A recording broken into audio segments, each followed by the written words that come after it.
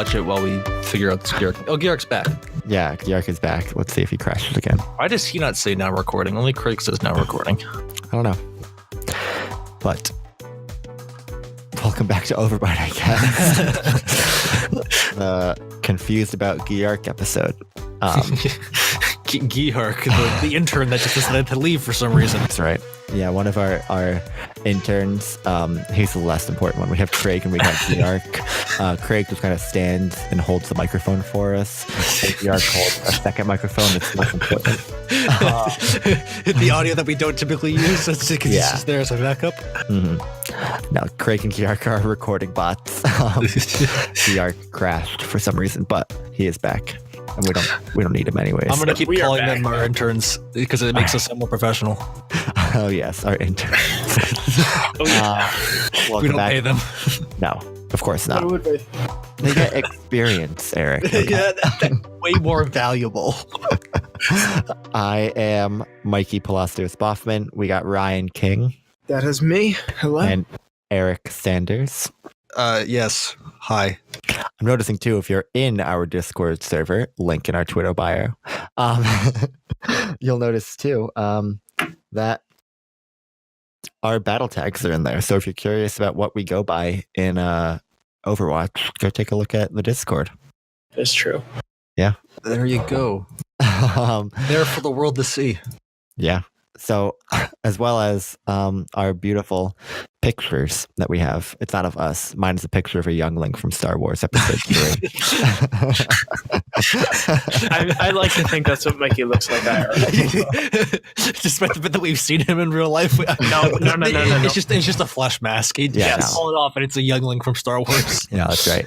Yeah, you guys saw me like an hour ago, but as soon as I got back into my car to come home, I just you ripped her eye off. Exactly. Oh, no, don't you have to wear it to drive? Because otherwise, if a cop sees you, then obviously you get pulled over. Yeah. So, welcome back to episode 19 of OverByte. We're closing in on 20. Yeah. Because that's how numbers work. Wait, you're telling me 19 is one less than 20? Wait, you're telling me it's 5:40? What? Wait, what? You're telling me you're recording later than we usually do? That's a callback that no one is going to get. No, it's not. I'm not even going to explain it. People can just be confused. So we got another pretty light news week here, but closing in on Overwatch League start. So pretty soon we will have stuff to talk about every week, and that will be exciting.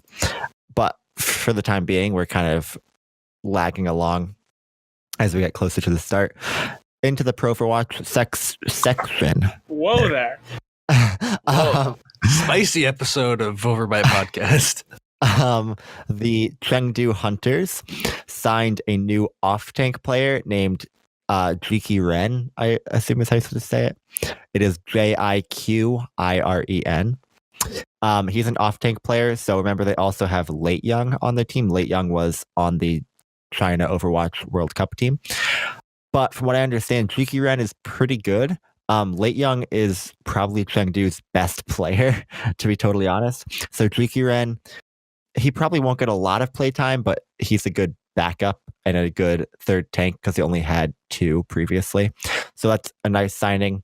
It's not going to make them contenders, so don't even think that this saves them because don't even think it. Come on. The DPS line and support line is still pretty bad. So yeah, but it's a good signing. Always good for teams to shore up spots like that, especially when they only have 2 tanks. Now they have 3.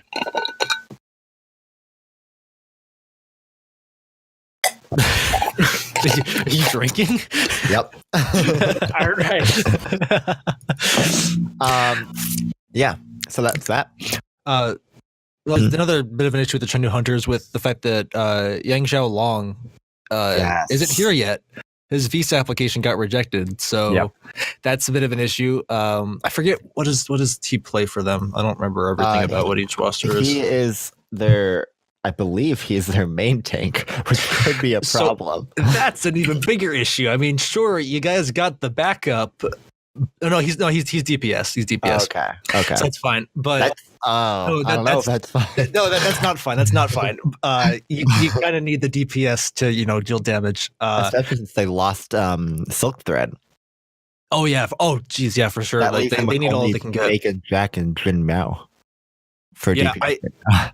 And I mean, we still have a couple weeks, but we're getting pretty close. And I know these foreign visa things take a while to process and everything. So I'm hoping he'll be able to come in by the start, but they might not have him for the first few games at least, which is really not good because they already don't have the best chances, and that just hurts them even more. Mm-hmm. Yeah, we've been seeing a decent amount of visa drama. Most people have been able to work it out pretty quickly, but there has been a decent amount because, well, if you're not in America, I'm sure you know this, but you may not. The government is currently not running in America. It's a bit of an issue. I think somebody caught it finally. Oh my God.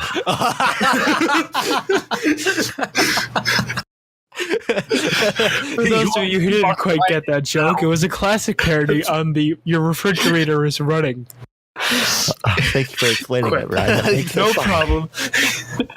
You walked right into that one, though, Mikey. I did. But yeah, so the government isn't running at full capacity right now, so visas are still a thing that are happening, but it's not on the scale it normally would be in America. So some things are getting tripped up because of it.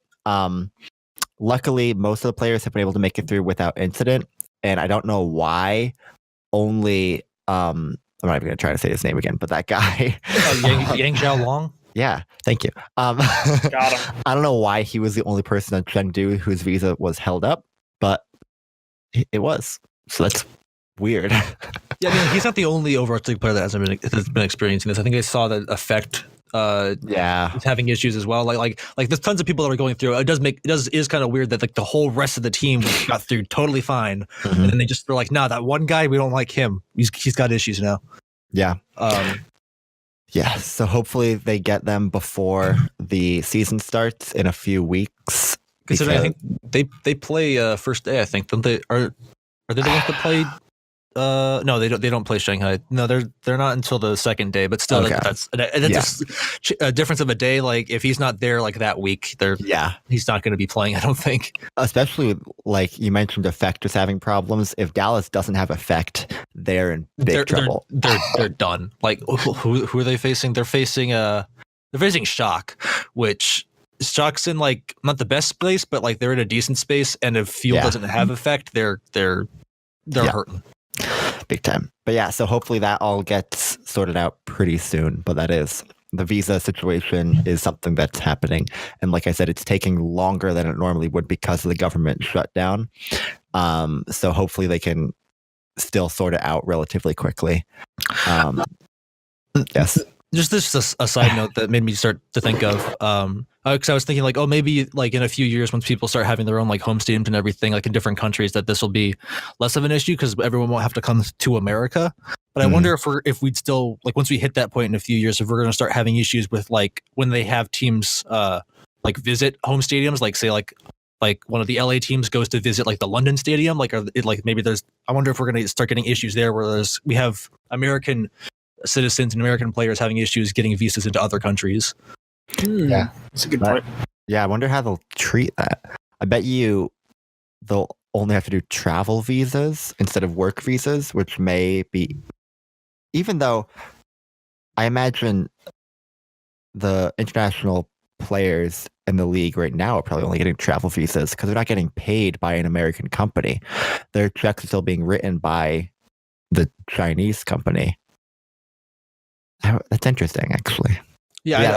I don't know how the logistics of that work. I have a feeling that once we start getting into the more complicated nature of constantly jumping countries, that are probably going to be at least a few holdups as teams are going from one place to another. Yeah, throughout the whole season. That's definitely a really good point, and definitely something to watch out for as we move into that phase of the league. Obviously, that's not for a while. We're nowhere near having home stadiums. They're slowly working on it this year, obviously with the 2 or 3 special events. But I think we're a good way out before we're having people go from America to Paris to China. Yeah, definitely. So, that'd be an interesting scene to see.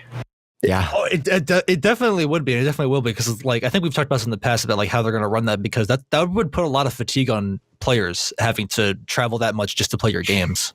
Like with how often they play games, like that'd be a lot. Yeah, without a doubt. That was weird. My ping just shut up. Okay, we're good. Yeah. So Soldier Boy is back in the Overwatch. Oh yeah. Wait, he came back? Didn't he get like sued or something from his consoles? Oh yeah. And now he's asking. We all for knew money. he was going to, but Yeah. So he's now asking for money on Twitter, which is a whole different thing. Oh my god. In terms of Overwatch, he's back. He was getting interviewed by someone. There's like a video out there. To be honest with you, I didn't watch it. I just read what he said. And he was asked about his interest in an esports franchise, and he said, yeah, I'm still interested in doing that.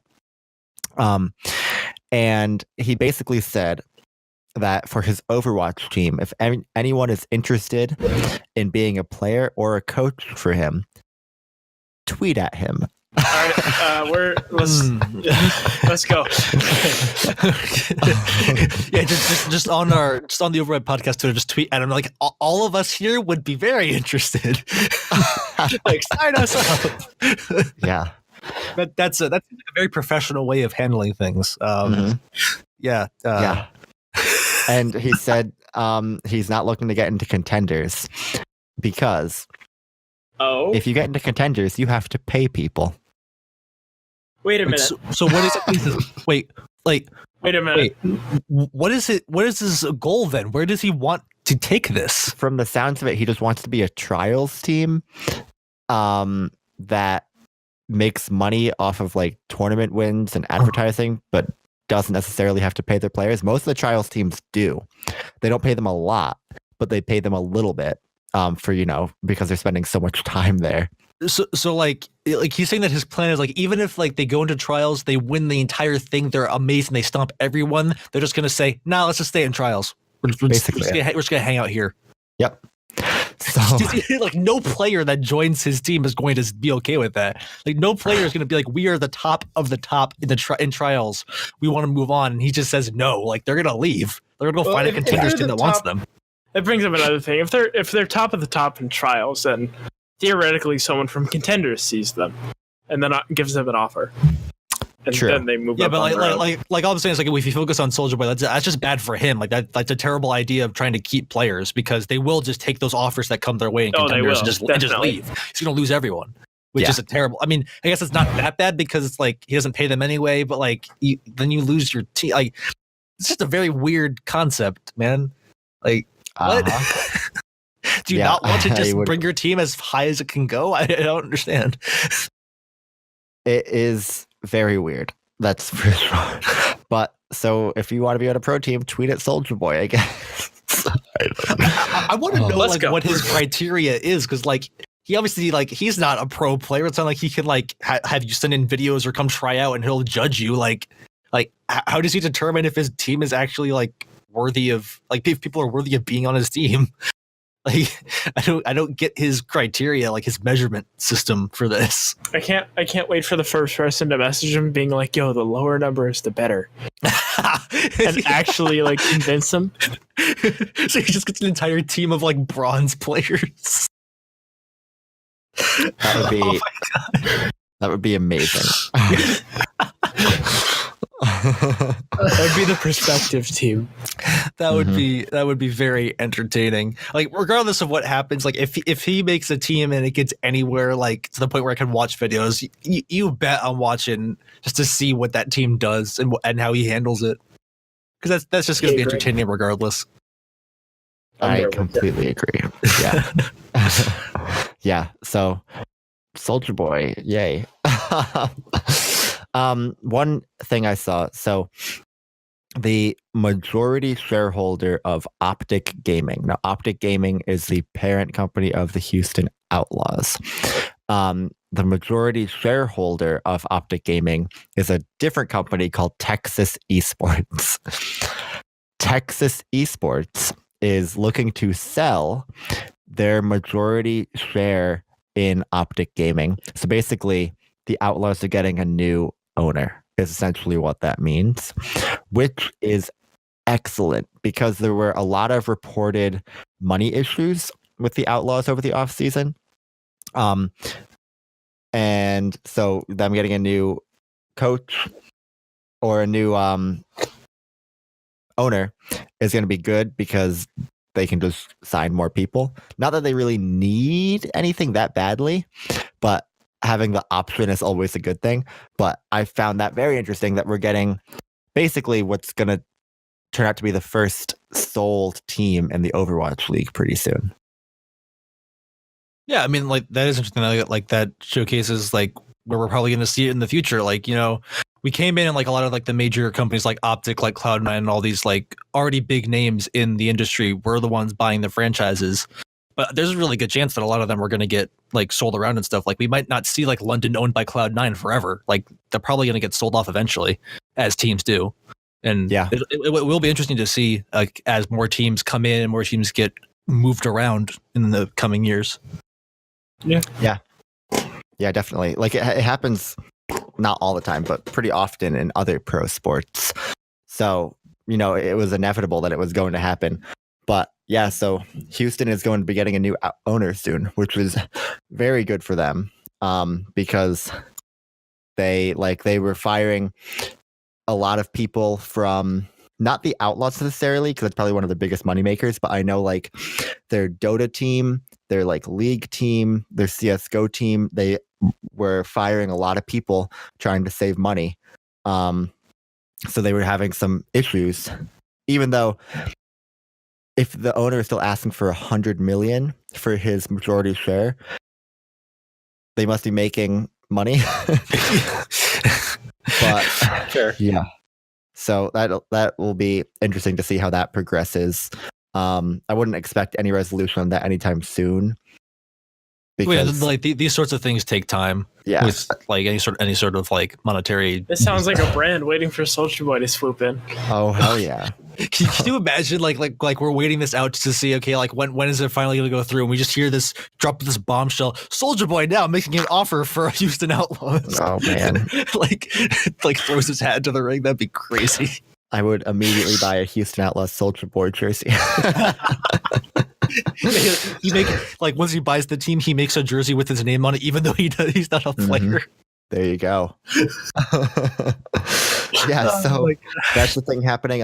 Another thing happening in kind of like the management side of the league. Florida's coach, I think it's supposed to be said Raider, but it's spelled R2DER.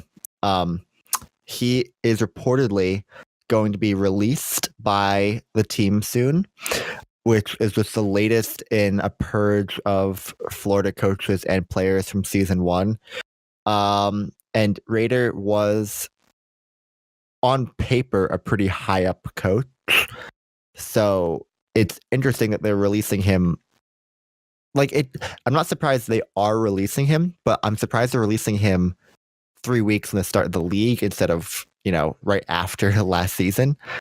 Yeah, because I feel like that's going to cause a lot of shakeup because the coach is the big one that determines a lot of what your plays are going to be and just your overall strategy as a team. And so now that they're going to have to bring someone new in, that's going to kind of revamp entirely how the players gel with the new coach and what their kind of outlook is on how they want the team to play. That it doesn't give them a lot of time to implement those new things. Yeah, definitely. This is a really weird call. I feel like the coach is one of the first things you would have gotten rid of. Especially because you could think, if you're trying to reassess how you did over the course of the whole season, and you're thinking, okay, we got to change something up, we got to get rid of someone. I feel like your first step is maybe the coach, because it's maybe I would assume that you would think the players are probably fine, but maybe the coaches isn't gelling with them. Maybe we need someone that, I don't know, just has different ideas, just to bring new ideas into the mix. I feel like you try to get a new coach first before you completely scrap your talent. So yeah. I find it interesting that they scrapped their entire roster and then last minute decided, oh wait, we need to completely revamp how we're coaching this entire team. Oh shit. It's just weird. What's up? Okay. I literally, as we're talking about this, I open up the competitive Overwatch subreddit, and the top thing is Swoosh with a tweet about Raider. So remember, Swoosh was a player on the Mayhem, and if you didn't listen last week, it came out that Swoosh was effectively acting as the head coach of Florida last season. Swoosh tweeted, so apparently the release has been confirmed. It's a thing that has actually happened. He was released. Swoosh says in his tweet, and this is a direct quote, "The decision to let Raider go is one of the best decisions Mayhem has done. He was lazy, arrogant, and didn't care for his players' traits. Didn't care for his players. Traits that a coach shouldn't have. The one thing I've learned from Raider is how not to coach." End quote. Oh. Whoa. Yeah, that's the gauntlet being thrown down right there. Uh-huh. I mean, I think that further reinforces my statement of, if apparently he was that bad, and like I'm sure Swoosh wasn't the only one feeling these feelings, like why did they not release him sooner? Why did they not think that was the main issue? Like, that confuses me even more now. Like, why are you waiting so long to get rid of this guy that apparently, according to one of the main players, and I'm sure, again, I doubt he was the only one feeling this way, like, why do you keep this guy that's apparently doing really, really bad and your players don't like? Yeah, that doesn't make any sense. That is wild. That basically means Raider's career is done. Like, you cannot come back from one of your former players bashing you that hard. Well, I disagree. I think you could be able to come back from one of your former players bashing you that hard, but you can't come back if it's one of your former players that was known to be one of the coaches. True. That's what makes it the difference. Yeah, that's. Well, yeah, because any player could just like badmouth you, and it's kind of like, oh, okay, that doesn't look good, but it's whatever. But someone that like was known to have good coaching experience and like was doing well as a coach, talking about your coaching techniques, saying that you're the example of what not to be. It's like, oh, okay, yeah, now it's hitting a little bit harder. Yeah. Oof. I'll retweet this tweet so you guys can go into our Twitter and see that as well if you would like to. That's some strong words from a player right there. Them's fighting words there. Yeah, especially when Swoosh was recently picked up as the head coach of a contenders team. Team Gigante signed him, but so he has like a platform to stand on. He has, because of Tavik coming out and saying, oh, by the way, Swoosh was our head coach last year. Yeah, so Raider, don't expect to see him in the league anytime soon, basically. He's probably like reevaluating everything about himself right now. Well then, it's a bit of a more heated ending to the PrOverwatch for this week than I was expecting. Yeah. Last thing in PrOverwatch, I see another tweet. Oh wait, there's more. Wait.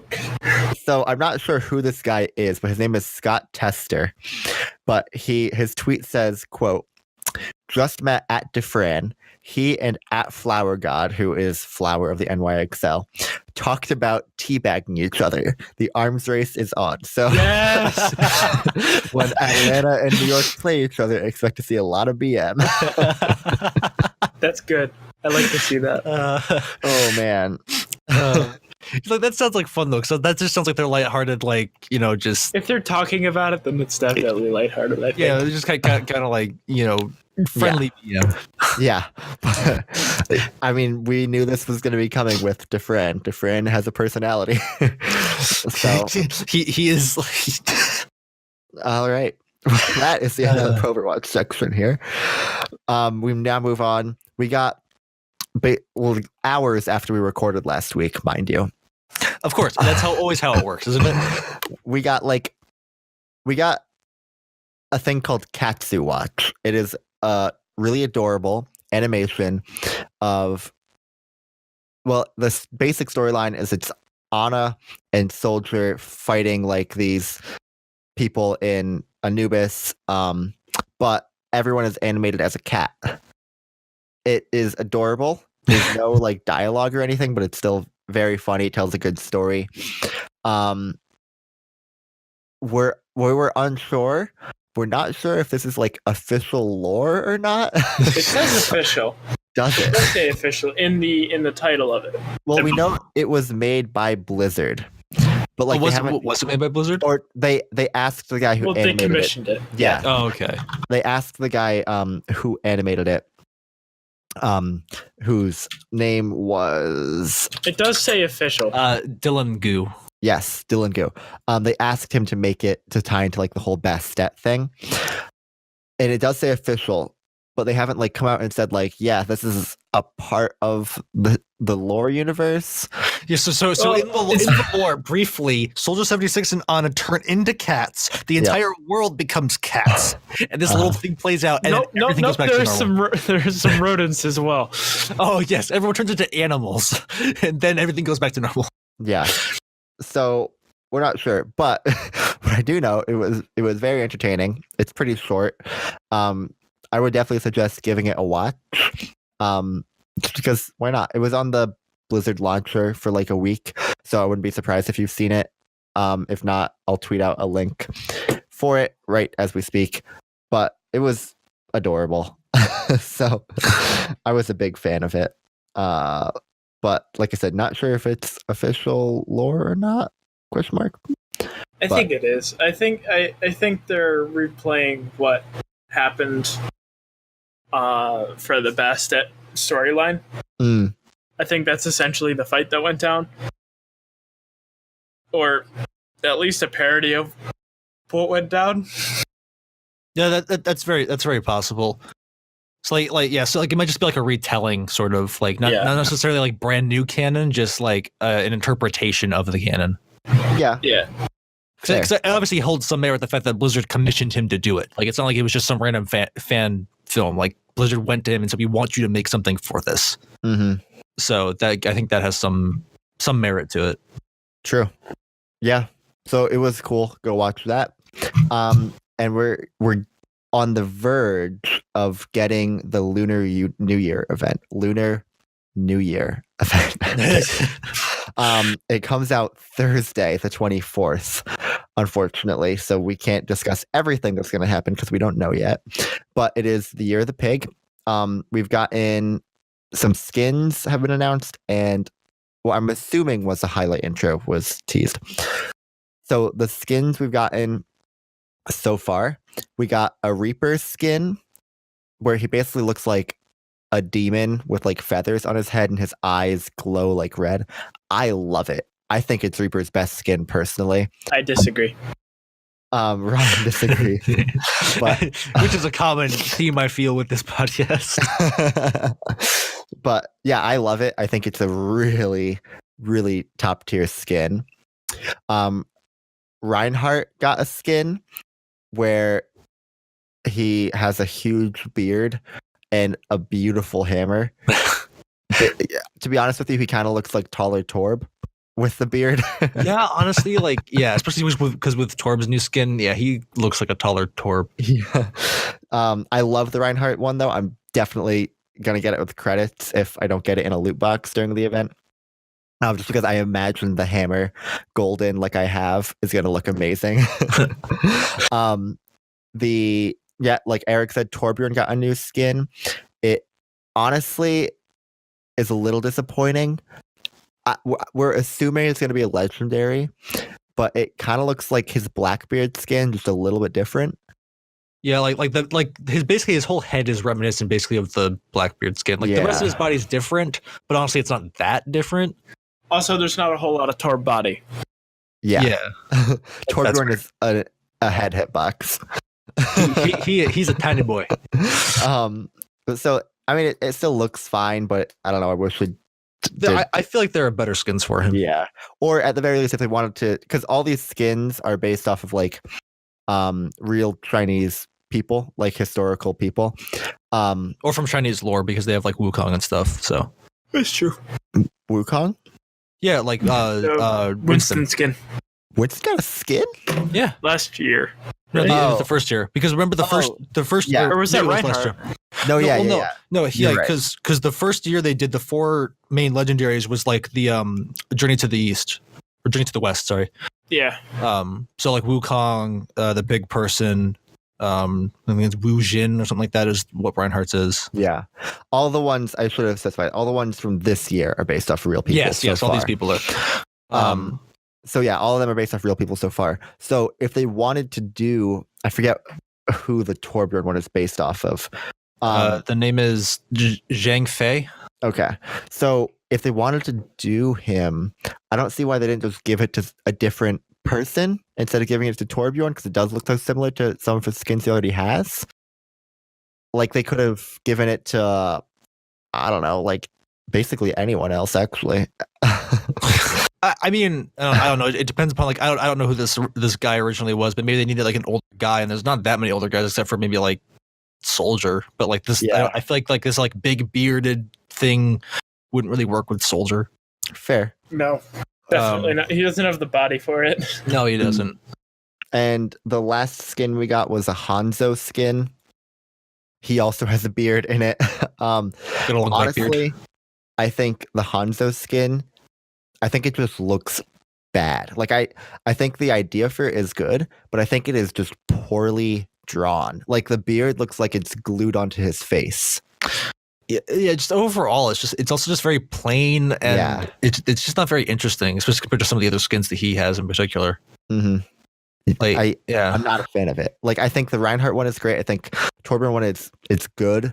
And the Reaper one, like I said, I love. The Hanzo one, I am never going to equip it. Like I just don't think it looks good, to be honest. He has so many better ones. Yeah. And I mean, and then we should also be getting another one tonight. They release them at 8 p.m. So sadly, a little bit after we record, but there should be at least one other one that they release. They usually release, I think, up until the day before the event. So we should get one tonight and one tomorrow night as well. Yep. And we also got in the announcement video, we got what I'm assuming is a Soldier 76 highlight intro that I love. Adorable. I don't know what those things are called. I don't know a name for it. But so it's like the thing, right? you got like a stick, and on top of the stick is a small little drum that has like strings on either side and little balls that when you like rotate the stick in your hand, it hits the drum. And so the highlight intro is this Soldier basically playing with one of those. And it's great. like he starts off slow and then like gets really fast. He's like, "Oh, I'm having a good time." And he's like, "Wait." He like looks around like as if people are watching. It's adorable. I'm a big fan of it. And especially after the Winter Wonderland event where we talked about how disappointed we were that we only really got skins, a couple emotes, and that was basically it. I'm glad they're at least adding one highlight intro. Hopefully there's another one at least. And I'm hoping they add more. Like, I think we just need a bit more from them. I must also bring up from that same video one of the points we had made that switch up the hero pool for the skins. Well, I was gonna say that bugs me a lot with the fact that Reinhardt got his second year Chinese New Year skin. Like not just like second skin like between events or whatever. Like he already has a Chinese New Year skin, and they gave him another one, and both of them are legendaries because this is going to be a legendary. Mm-hmm. There's another one was a legendary. Like switch up who you're giving skins to for certain events. Like I get Reinhardt is a good build for a lot of these like ancient Chinese heroes and stuff, but you gave him one like 2 years ago already. I feel like you need to, like, there's so many other people that could do with a skin from this event that haven't gotten any skins from this event before. Yeah. There's plenty of people that haven't gotten anything from this event, just the typical sprays. Like, yeah. Like Brigitte and Orisa are very long overdue for skins. Brigitte hasn't gotten one in a long time. Well, I feel like we haven't seen a female skin for the New Year this year yet. Yep. I know May got them last year because it's May. I'm waiting. There's not, from my knowledge, granted my knowledge of Chinese history is not that extended. But to my knowledge, there's not too many female figures in the history. The ones that I do know of were pirates, and that's because I had to do a bit of pirate research at one point. Well, yeah. So I mean, Well, it's interesting because like in the past they haven't necessarily done like actual real life people. They've done stuff like through lore. They have not. So I think that if they kept with like the lore stuff, they could find other females. But if they so far like all of this year so far has just been historical figures. In which case, yeah, I agree with you. I doubt there's that many female historical figures. So kind of hard for them to find someone. But like just last year we had 4 skins for females because Farah, Zarya, Widow, and Mercy all got skins. So correct, yeah. And like they have options. It's just a matter of like if they stick with this theme of only historical figures, it might be kind of hard. Yeah, definitely. I think I remember when people like caught on because all these people that they're adding they're all from like the same time period and like they're all connected in a way. I know that there were some women that they could pick from that because people in like the comments and whatever were talking about it. Okay. So hopefully they go with one of those because that would just be cool. And then you have to determine which one is for. Yeah, definitely. And there's not too many options in Overwatch. Yeah. Because you can't really put it on Ana. She just got the Bastet, which everyone is still using. Yeah, and she got Tal the first year. And then you have Zarya, who's Zarya. True. She's already got in my opinion, she has a decent Lunar New Year skin already. And I also can't picture any historical figure matching her build. Yep. So I'm here now. So so far all these people that they've added were called Tiger Generals, quote unquote. So Brigitte. They're all like tied into each other. So people say the last 2 who haven't had a skin based off of them were Zhao Yun and Macho. Zhao Yun was a woman and Macho was a man, but people think Tracer is going to get the skin for Zhao Yun, which would be disappointing. It wouldn't be all that surprising though. Tracer has gotten skins all the time. Well, yeah, she already got one for this event the first year, and she, as we all know, has plenty of skins just in general. Yeah. So Zhao Yun, that would be cool if they give it to Brig because she's long overdue, like I said. Macho is gives almost it to Ash. I'm going to. That would be cool. I'd be fine with that. Macho, even though it's a man, it's almost definitely going to be an Orisa skin because Macho was known. He was referred to as a horse. Yes, exactly. Haha! You guessed it. Because I believe I'm going to Google this before I say this out loud. Before I say this. So pretty much this is self-time. Ma means horse in Mandarin. So Orisa is a horse. She's gonna get the horse skin. That'd be cool. That'd be cool. Yeah, I would love to see Orisa. I don't think Orisa has gotten a Lunar Year She hasn't, no. So that would be totally fine with me. I would love to see that. Orisa is also long overdue for a skin. She hasn't really gotten. The last big one she got was the Forest one, which I think was Anniversary. That was BlizzCon, actually. No, that was Anniversary. You're right. Yeah, it was Anniversary. Which is also the last time like Brigitte got a skin. Yep. Ash is a bit overdue because I mean she got one for a winter event, but it was just a rare. Yeah. So I could see them giving her a legendary. Typically, new heroes get a legendary skin within the first 1 to 2 events after the release. Hammond got one the second event after it was released in Halloween. Moira got one in Archives. Yeah. So typically 1 to 2. So I wouldn't at all be surprised if Ash got a legendary skin for this event. But actually, now that I think about it, it'd be kind of weird if she didn't. Because of that system, yeah. Yeah. So that wouldn't surprise me. But so we're still going to see a couple more skins at least. Probably some epics in there as well. Hopefully we get some emotes and highlight intros. I think that soldier thing is that's definitely a highlight intro. So I think we'll have that at least. I hope we get some more though. And another thing I was actually telling these guys earlier, I would be willing to bet the farm that we are going to get a new Capture the Flag exclusive map like we got with Ayutthaya last year. Yeah. I would be willing to bet the farm because since the release of the game, the devs have not deviated. Well, yeah, they haven't deviated from releasing an event, then a hero, then a map. Event, hero, map. Event, hero, map. They haven't deviated. One per month. So 1 month is an event, the next month is a hero, the next month is a map.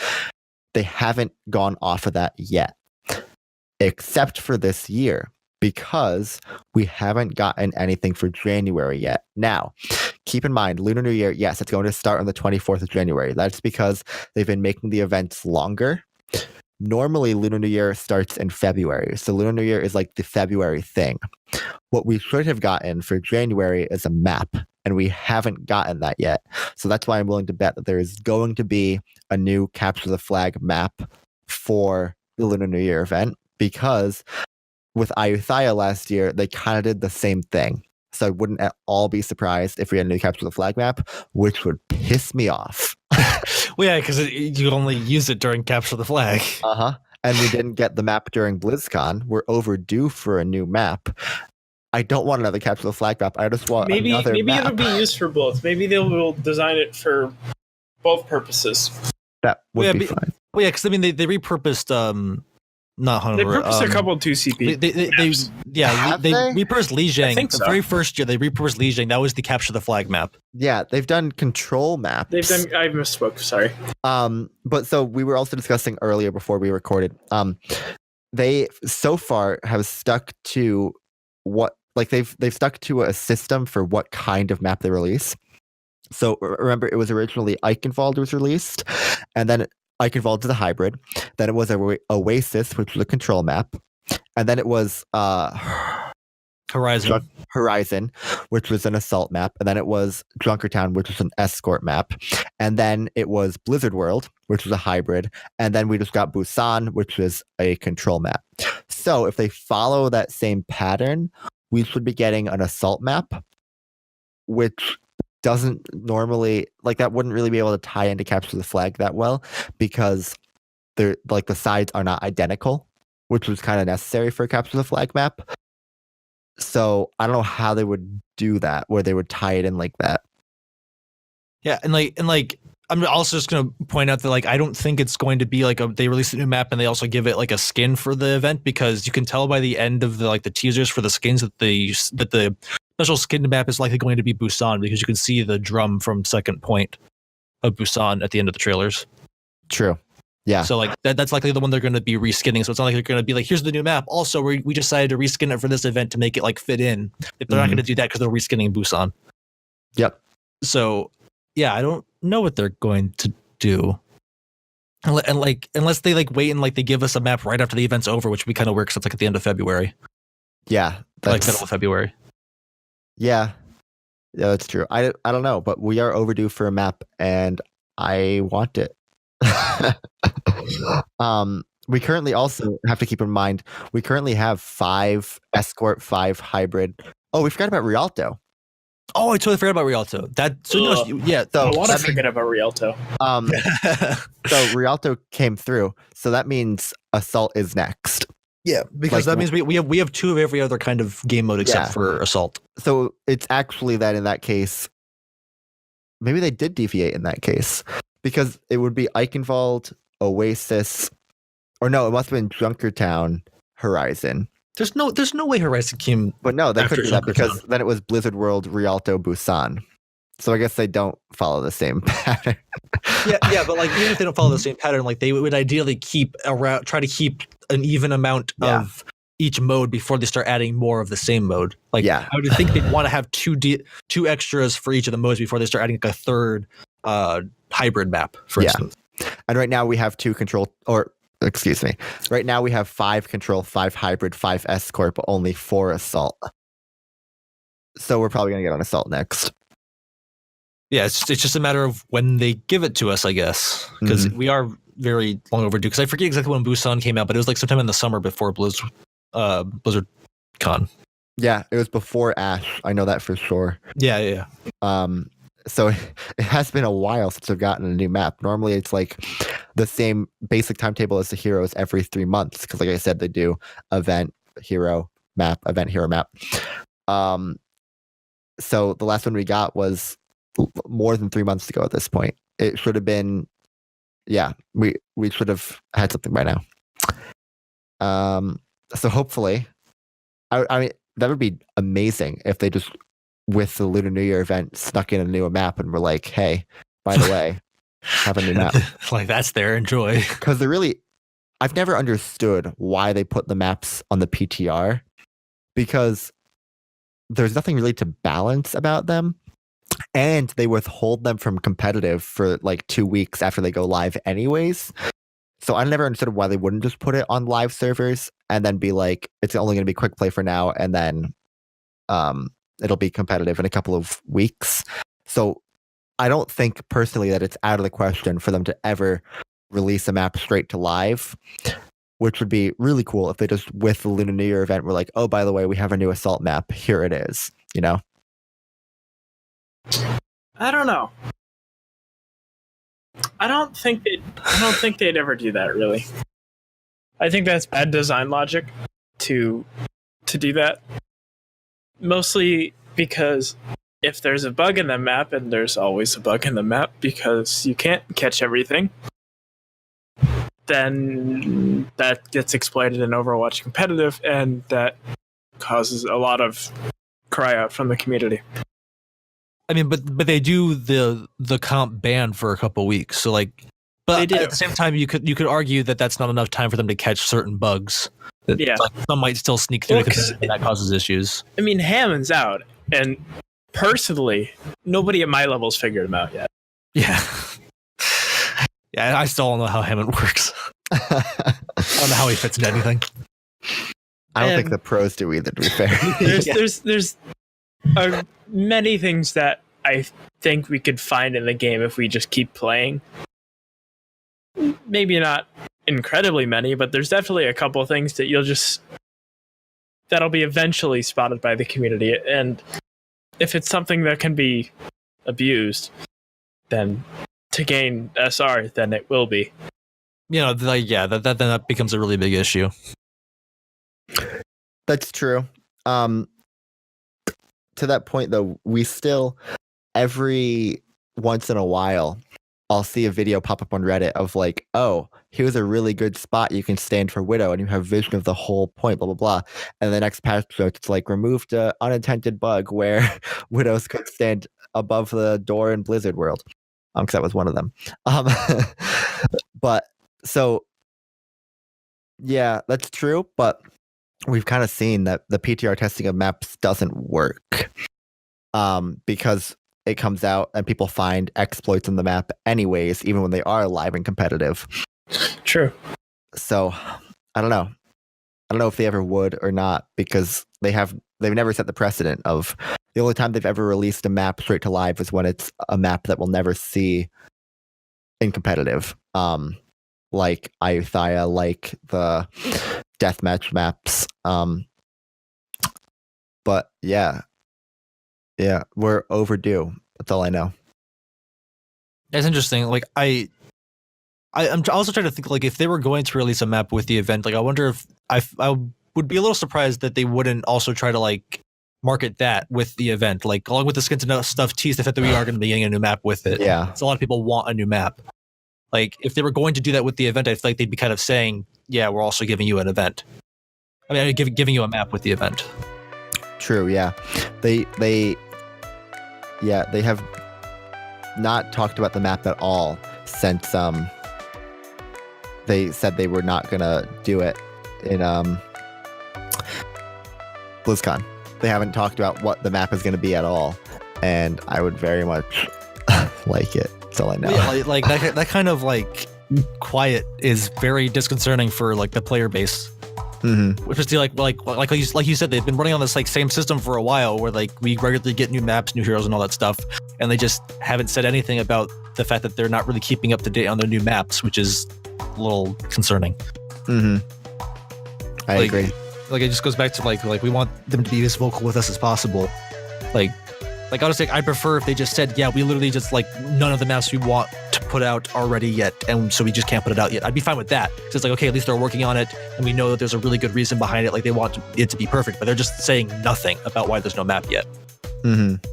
They just said, no, we're not doing it yet. It's not time, and that was that, which is a little like not enough, really. Yeah, I agree. But yeah, so that's about it for this week of Overbyte. Thank you for listening to another episode of us talking and getting mad at Blizzard. only somewhat. Be sure to follow our Twitter at Overbyte Podcast, and in that Twitter you'll find in the bio for it, you'll find our YouTube channel, also Overbyte Podcast, where we will upload the episodes and some other stuff maybe in the future. I was thinking if and hopefully we can still go to the grand finals again this year. Maybe we'll do like a vlog and upload it there. Oh yeah, that'd be a lot of fun. Ooh, fancy. Also, make sure to join our Discord, where we will have announcements and discussion, and you can group up and play some games. And we'll always be there to talk if you want to talk. And make sure to subscribe to us, like us 5 stars if you think we're worthy of that. If not, that's cool too. Just let us know why, and we'll try to fix it. Your feedback is important to us. It is. Your feet, please stay on the line. Turns into call services just right off the dot. The elevator music. Okay, so you join the Discord, and then you join one of the voice channels. One of us immediately pops in. Hello. Your Discord call is very important to us. Please hang on. Oh boy. Yeah, so we'll see you guys next week. In the background, you hear someone screaming or something like that. Oh boy. It's like, we're sorry about that interruption. Please, one moment. Nothing but the best here at the OverByte Podcast. Of course. All right. Goodbye, everyone. See you guys next week.